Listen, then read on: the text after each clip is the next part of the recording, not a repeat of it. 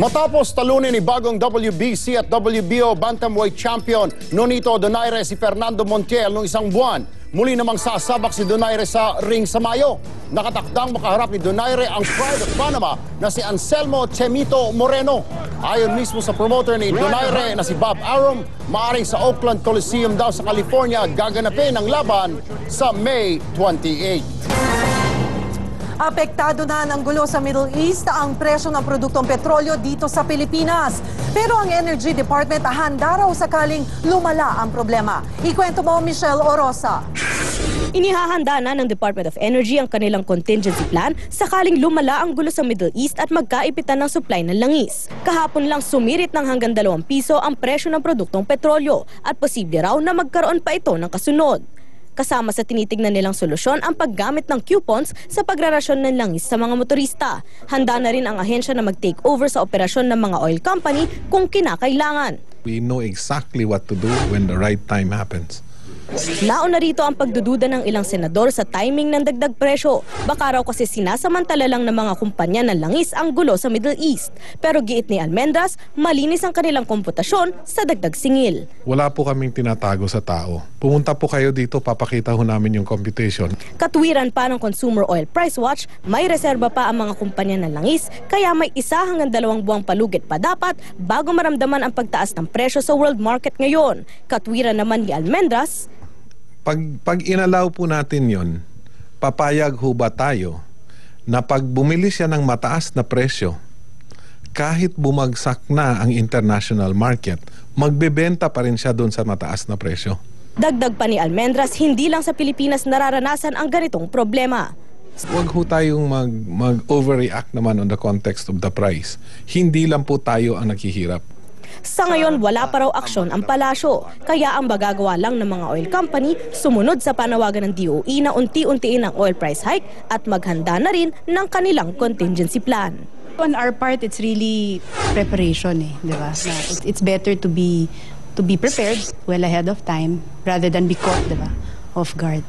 Michelle Orosa, News 5. Inaasahang magiging mainit ang debate ng mga kongresista patungkol sa RH Bill. Pero naunahan ng sirang aircon ang pag-init ng temperatura sa plenaryo kahapon. Dahil sa nasirang aircon, sinuspende ang unang pagbasa sana sa kontrobersyal na RH Bill. Wala namang nakikitang pananabutahe ang panig ng mga pabor sa RH Bill gaya ni Congressman Ed Selagman. Ngayon sana'y tutuloy ang paghimay sa naturang batas pero nananatiling sarado naman ang plenaryo ng Kamara. Higit sa balita, aksyon! Narito naman ang aksyon weather. Bakit ba umuulan mga kapatid? Apektado pa rin kasi ng low pressure area ang malaking bahagi ng bansa ngayong araw kahit pa 390 kilometers na ang layo nito sa kanluran ng Puerto Princesa. Ayan, makulimlim ang hilagang bahagi ng Luzon habang inulan naman ang gitnang bahagi ng rehiyon. Kabilang na tayo rito sa Metro Manila. Nakakaranas naman ngayon ng mas mapayapang panahon ang mga kapatid natin sa Visayas. Nabalot na lang kasi ng ulap ang kalangitan doon. Ganon din ang sitwasyon sa malaking bahagi ng Mindanao. Inulan na lang kaninang umaga ang ilang lugar sa Butuan at Zamboanga City. At narito naman ang magiging lagay ng panahon sa ibang bansa bukas.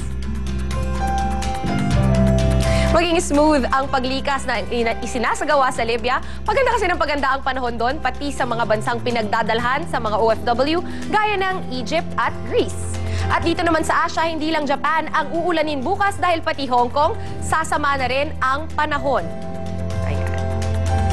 Ngayon din ang magiging sitwasyon sa mga kalapit bansa sa Southeast Asia, maliban na lang sa Laos na siyang pagpapakitaan na lang ng araw.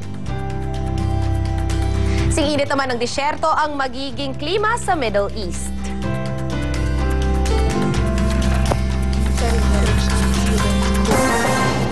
Ilang kaanak ng 11 Pinoy na natabunan sa pagguho ng isang gusali sa Christchurch, personal nang lumipad sa New Zealand para kilalanin na ang mga nahukay. Mga OFW na nagpapavalidate ng travel documents sa POEA, nagrereklamo. At Liz Uy, special date nga ba ni Pangulong Aquino noong anibersaryo ng EDSA 1?